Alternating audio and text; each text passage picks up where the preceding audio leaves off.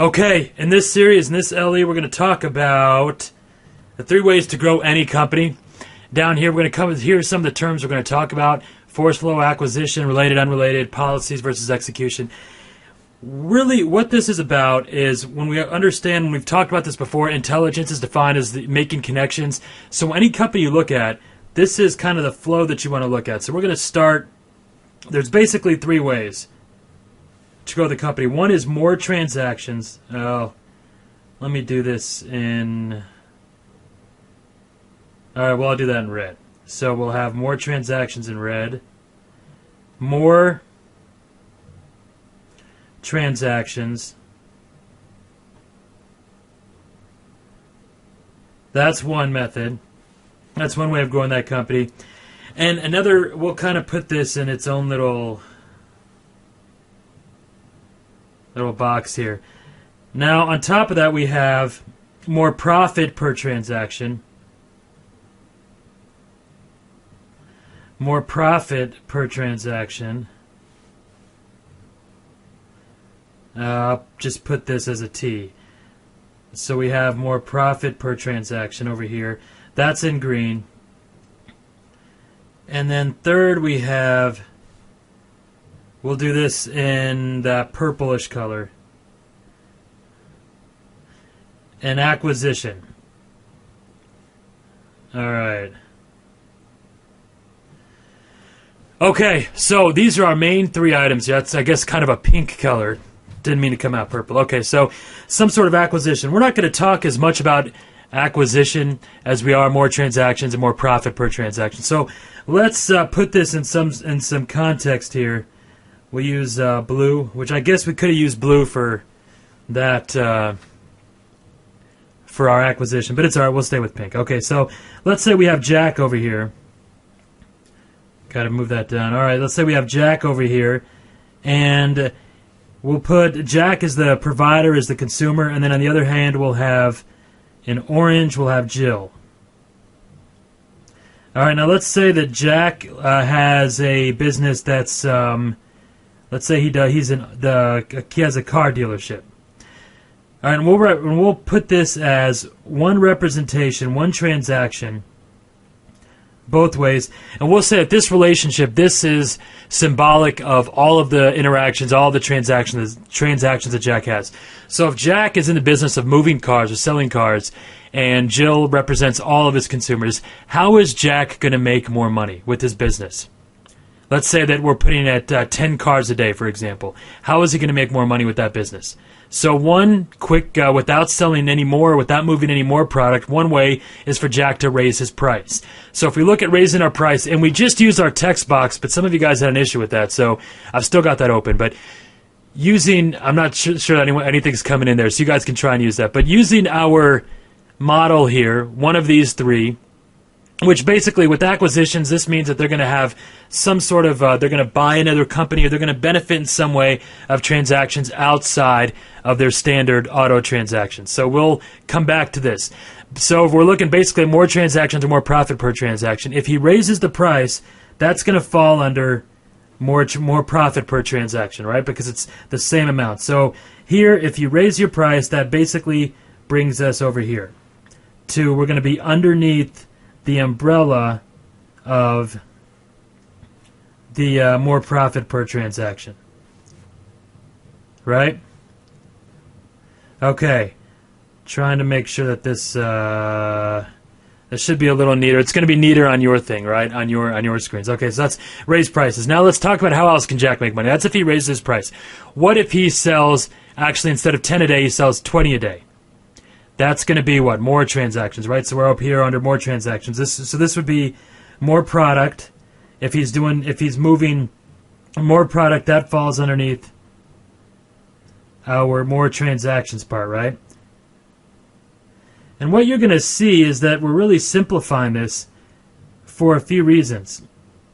Because what this brings us to is that there's not that many options. The easier we simplify this, this says product, by the way, a little sloppy, but the more we simplify this, the easier it's going to be for those dendrites when you're looking at a company to overlay this. This whole model, by the way, is called our force flow. the kind of our flow chart. We use a lot of flow charts, checklists, and scripts, as you guys are. Hopefully that's not news to you.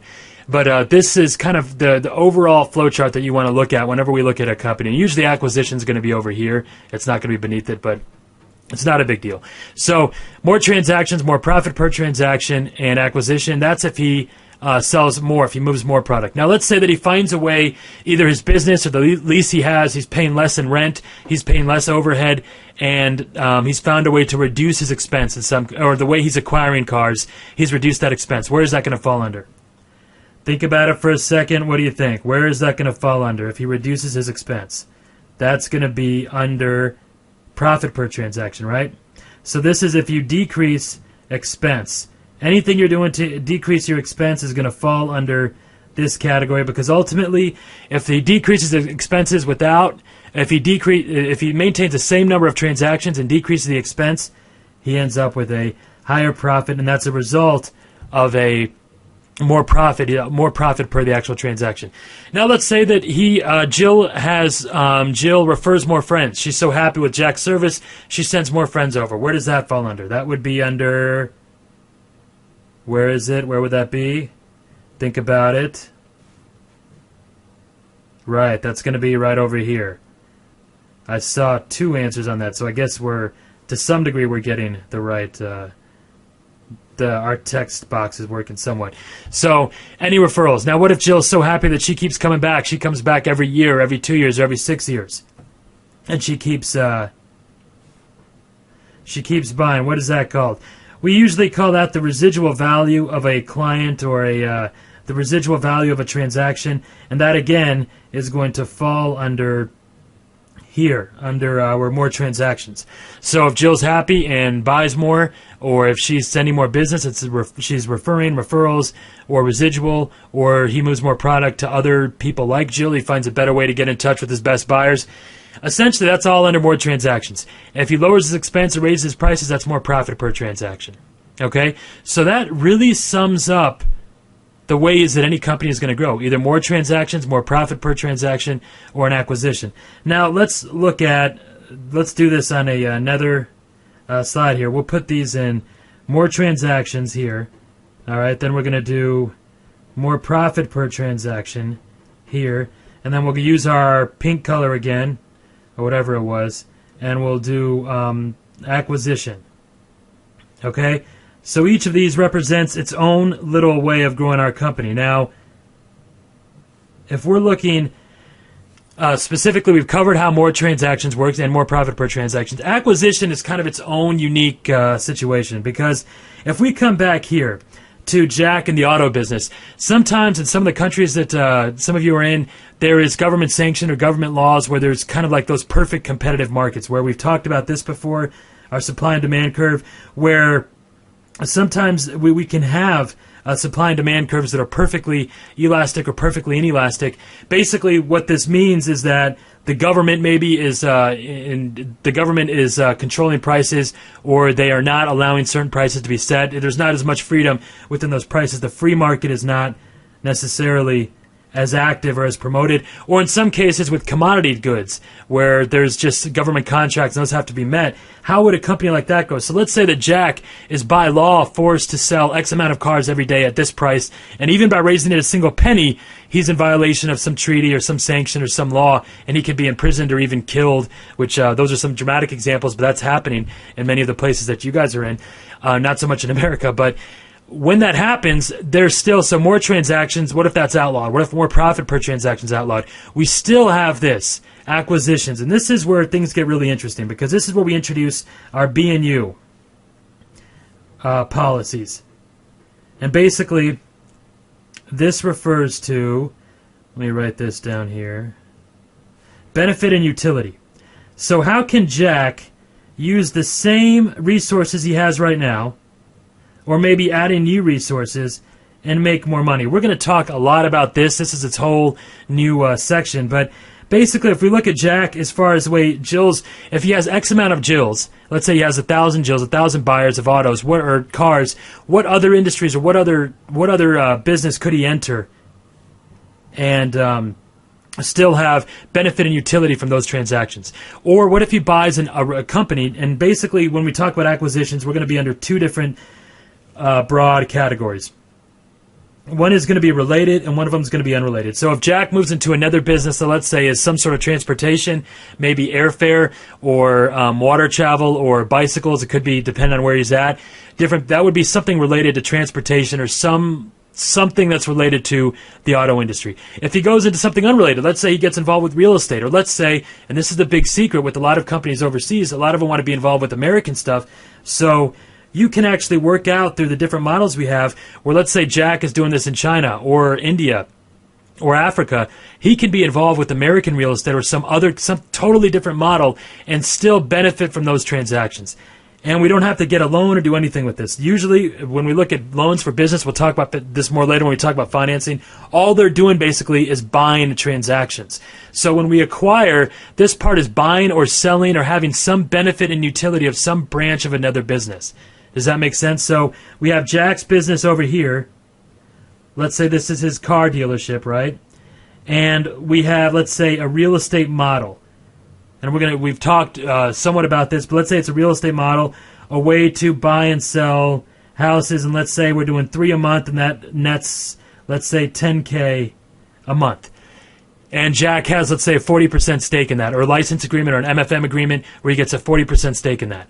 So that's $4,000 a month essentially that goes right to his bottom line, just through acquiring, through having another agreement or a license agreement. So this is a very powerful tool, and it's really a game changer in the rare cases where there's some sort of government or state-sponsored or state sanctions that are affecting this. So the point is that when we look at this, when we look at it from this perspective, there is always, we can get rid of this this example, there is always going to be some way that we can apply this to our business. Makes sense? And those are some very rare examples. To start out, those are not going to be the cases we're going to be going into. But we can always acquire something related or unrelated and have benefit and utility from either the current consumers that Jack's working with or a totally and completely unrelated business or model. Okay, and this also brings up the whole issue of MFM and MFMing models, and we're going to talk more about that later. The point is that either way, we can grow. If all our options seem limited, which they never are, it's just the way we're thinking about this, we can go through and we can acquire this. And if you guys remember the DAD, our HK, HQ, we always can use our dialogue. In a lot of cases, for example, in some of the overseas examples we're going to go over, you can go and speak with the government and show them how it's in their best interest to not have some of these sanctions involved, and we can often get those removed. So there's a lot of what this comes down to is the ease of an acquisition. But it's not, that doesn't limit what we're doing. We don't want to limit our thinking here. We can still work with more transactions, more profit per transaction. It just may take some getting used to. Now here is where our assignment's going to come into play. Okay. So we understand kind of more product, residual value, residual transactions, or referral transactions. That's what normally comes down to more transactions. More profit, either we lower expense or raise prices, generally speaking. This is basically it. This is how this business, or any business, is going to grow. Now, what it comes down to as far as how quickly we want to isolate this, whenever you look at any company, I want you to consider which one of these would be the easiest or the fastest way to grow that company, and which ones do you think would be the best way? Within acquisition, we have related or unrelated. That would be, in fact, let me add that down here. Related, that's an R, that's a U. Okay. All right. So related and unrelated. Now, when we look at any company, this is the kind of the chart that I want you to look at, and then we're going to come down to the question we ask ourselves with any of these items. So let's say a lot of businesses, they just want to focus on, more transactions. Okay, so they want to move more product. I need more sales. I need more leads or whatever. Those are generally ignorant questions because they're not very specific, and they kind of prove that there's not a familiarity with a grouping of ideas like there is here. So you will not be that ignorant, correct? So when we come to any item here, we have what is probably the most important. We'll do this in light green, let's say. Okay, let's say more product is our item. There's basically two questions we need to look at. Okay, do we need to have a change in policies? Okay, that's the delta. It's not necessarily the best use of that delta, but I want to save time here. Or a change in the execution.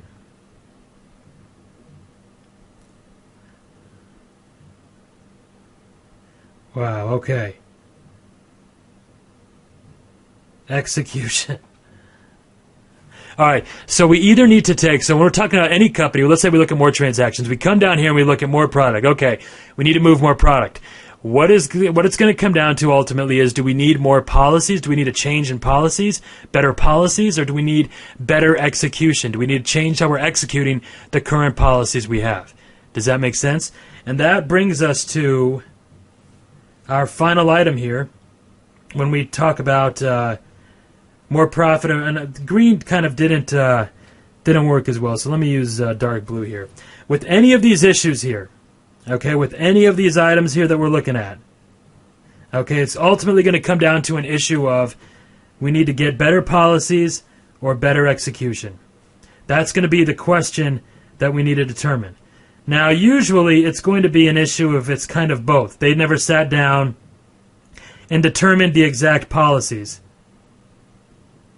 Okay, in which case, this is something that you're going to be involved with. Which one we need to actually develop better policies, and then we need to execute those policies. Now, there's ways you can work with the company and actually develop those policies from their history. We're going to talk about that in the next LE as well.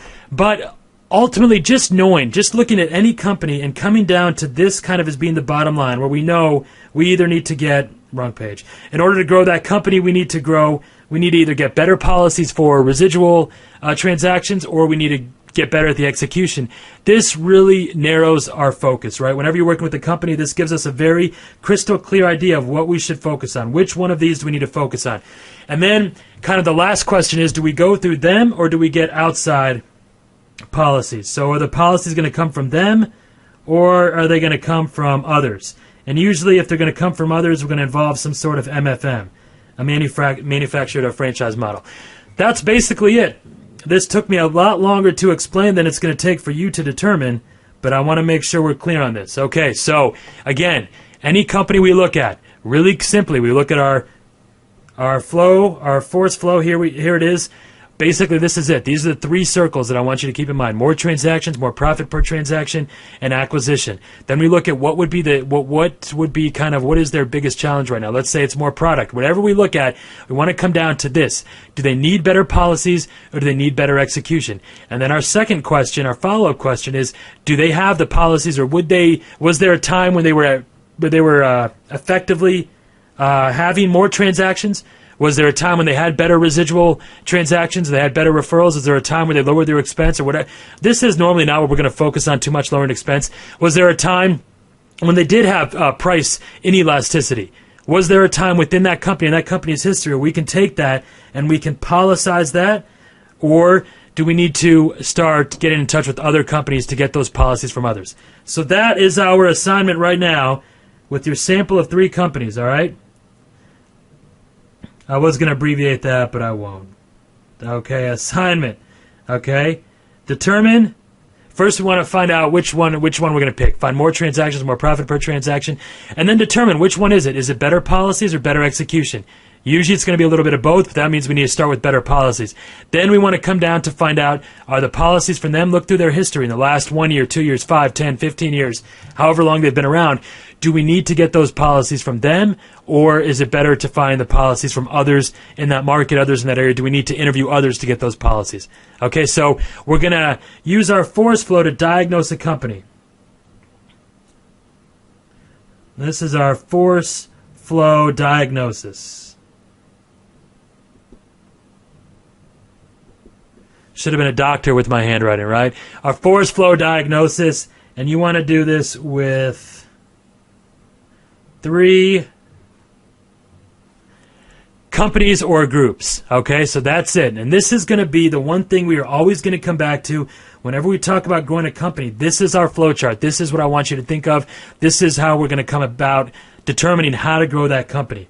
Just by knowing this, you become a lot more intelligent, because intelligence is a matter of categorizing, classifying, and being able to relate and gather information real quickly. And that's what you're doing. You're categorizing that information, you're connecting it, and you're classifying what their challenges are. Any challenge any company has always is going to come down to they need better policies, or they need to get better at their execution regarding whatever we're talking about, whether it's more transactions, more profit, or some sort of acquisition. And with acquisitions, by the way, related or unrelated, there's the same thing there. They need better policies. We're going to talk about this in depth, because because it's such a beautiful way to grow companies. Okay, that all makes sense, right? We're clear on our assignment? Very good. What the hell was that? Okay, we're clear on our assignment and we're good. Let's get that in place and we will talk soon.